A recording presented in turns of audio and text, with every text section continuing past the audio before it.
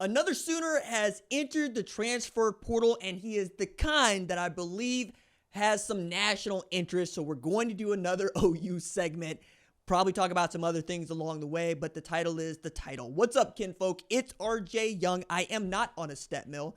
If you're new to the number one college football show, we talk about college football on this show all the time. And we're going to talk about the news that is coming out of the transfer portal, news that is coming up with head coaching vacancies and coordinators that are being filled as we see fit, right? And this show has a very large Oklahoma following, so we do some Oklahoma segments here and there. We also do Colorado, Texas, Georgia, Alabama, LSU. Hell, I did SMU Clemson earlier this week only to prove the point that there aren't enough of you here to support the kind of content that you are asking for, which is in-depth and on the level. And if there are more of you, we'll do that. Just as I would talk more about North Carolina interviewing Bill Belichick to be their next head coach and why that is an awful idea. But for now, we're going to talk about Nic Anderson entering the transfer portal because I understand that news has a very high floor. Now, Nic Anderson is a great wide receiver in 2023, okay? 38 catches for 798 yards with 10 touchdowns. He had an outstanding freshman year catching passes from one Dillon Gabriel. Now, I should say freshman year. It's his redshirt freshman year. This year, he decided he wasn't going to play at all. He's got no catches. He's got no TDs. And 6'4", 219, the younger brother of the renowned Rodney Anderson, just was a non-factor on an Oklahoma team that ended up being a non-factor in the SEC, except when it comes to playing Alabama. And I believe their loss to Oklahoma should negate them from making the college football playoff. But as I said, talking about other teams on this show, we did that segment yesterday, and you should go and watch it because that's what we do. Now, there are lots of different places for which Nic Anderson could go. I would not rule out any place whatsoever for him to go. He is going to be a hot commodity based on the production that he showed in 2023. I only pointed out that he didn't do anything in 2024 because he did get a year older. Now, is there more wear and tear on him? No. He's going to be a great player wherever he goes.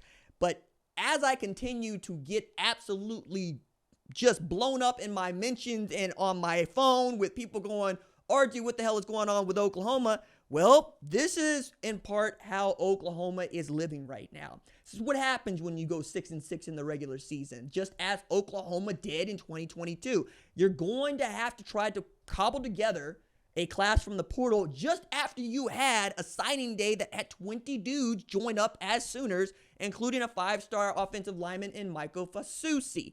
You also still got to go get a quarterback. I realize that there are some of you that believe that John Mateer is planning to enter the portal because an omniscient Twitter account said so. Until you see my name or anybody else's name attached to John Mateer's going into the transfer portal, just let that go, man. If it is meant to be, it's meant to be. There are quarterbacks in the portal that Oklahoma can go get. And I'm not saying that they're better or worse than John Mateer. I'm saying there's going to be lots of movement inside and around the transfer portal, and I would not be surprised to find out that John Mateer is fielding a lot of offers from a lot of places. Some of them, I'm sorry to say, are more attractive as a situation right now than Oklahoma. That is what it means for Oklahoma to be family. It means that you have to ride with them no matter what is going on, okay?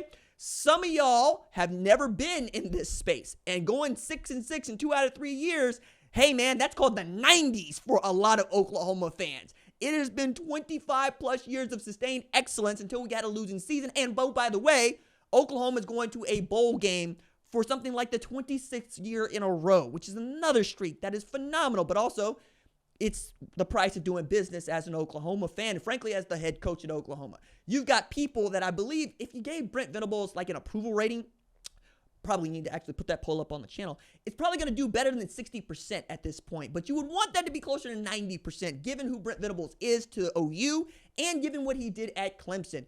But this Ben Arbuckle hire is kind of split them down the middle. There are lots of folks that believe that this is a great hire, especially if John Mateer comes with him. You get that quarterback and offensive coordinator tandem that you wanted, kind of like Jeff Lebby and Dillon Gabriel when they got to work together, to say nothing of what Lincoln Riley was able to do when he was able to pair himself with Baker Mayfield. I find it funny. that there are people that want to compare John Mateer to Baker Mayfield, but also want to eschew that Lincoln Riley was his offensive coordinator and head coach when this is all going down. Ben Arbuckle, who is a young guy, jumped at the opportunity to be offensive coordinator at Oklahoma like you would want. That's going to go over great with the fan base because the fan base doesn't feel like it should be taking anybody's sloppy seconds. You should want to be here. We're, quote unquote, the Yankees, if you will, the Dallas Cowboys, in our own heads and in our own minds. I realize that we ain't won no national championship since 2000. I'm not going to act like we are. I am going to say that there's a standard of excellence that Oklahoma wants to operate with, and there's a standard of you're lucky to be with us, that you're just not going to convince OU is any different. If you think that Oklahoma's coming in arrogant, I'm going to point you to 7 national championships and 7 Heisman trophies. Then I'm going to ask you, who are you to say who Oklahoma is and should not be in this new era of the SEC? As a matter of fact, I'm going to tease this. I got into a debate with Doug Gottlieb about the state of Oklahoma, and we'll put that segment up at some point. But as news has continued to happen, the segment's been kind of pushed down because we need to talk about the news and react to it in real time as it's going on. So for Nic Anderson to enter the portal, I think we're going to see more. I'm talking about him because I think he was somewhat unexpected, but also he could be a wide receiver 1 at Oklahoma just as easily. Like I lived in a world for a little bit where Deion Burks and Nic Anderson were 2 guys that were streaking down the field, and they were right there with each other in terms of catches and their output. One guy being the deep ball threat, one guy being a deep ball threat, but also the kind of guy that could take it over the middle and give you your end arounds and jet sweeps, really making the defense cover both sidelines at the same time. That didn't happen, right? One of the other reasons that didn't happen is Deion Burks wasn't really healthy, which is saying a lot because Deion Burks was a mountain of a man in the weight room. He was absolutely a freak in there, and yet that dude was hurt. It's another reason why I'm going to go ahead and just say this once again. Somebody needs to ask Jerry Schmidt about his strength and conditioning program for this year and what the hell was going on. Because the injuries that were sustained to the offensive line have led people to say that Jackson Arnold didn't get a fair shake because the offensive line was so bad. The offensive line and or the lack of wide receivers has nothing to do with you throwing the football to other people. It has nothing to do with you putting the ball on the ground. That's personal. That is a personal decision. That is a personal responsibility. You are acting as if the federal government showed up and told Jackson Arnold what he was going to do instead of just saying, hey, we live in a states' right kind of condition here. You take care of it yourself and you go get it fixed yourself. Some of y'all are going to be up a creek, man. Some of y'all don't know how to go out there and get that buck and get this venison. But I tell you what, this is my land. We know how to take care of ourselves on my land. I'm not going to be looking at the government talking about you make me fumble the football. We don't do that around here. No, that's not who we are. That's never who we're going to be. Okay, so you need to let him take responsibility for putting the ball on the floor. Let him take responsibility throwing the ball to other people. And then we can go talk to Jerry Schmidt about what's going on with the offensive line. Say nothing of what Bill Bedenbaugh's offensive line has traditionally been capable of doing and what this one did not do. There is no world in which the tight end at Oklahoma is supposed to be the leading receiver. And there certainly is no world where the tight end is supposed to have 399 yards receiving. And that's going to be it. That's not Oklahoma football. That'll never be Oklahoma football. I don't give a damn how good the defense is or isn't. That said, when we look at what's going on with Nic Anderson, again, I expect more guys to enter the portal. I expect more guys to chase NIL money. But is Oklahoma going to be able to bounce back from this? Yes.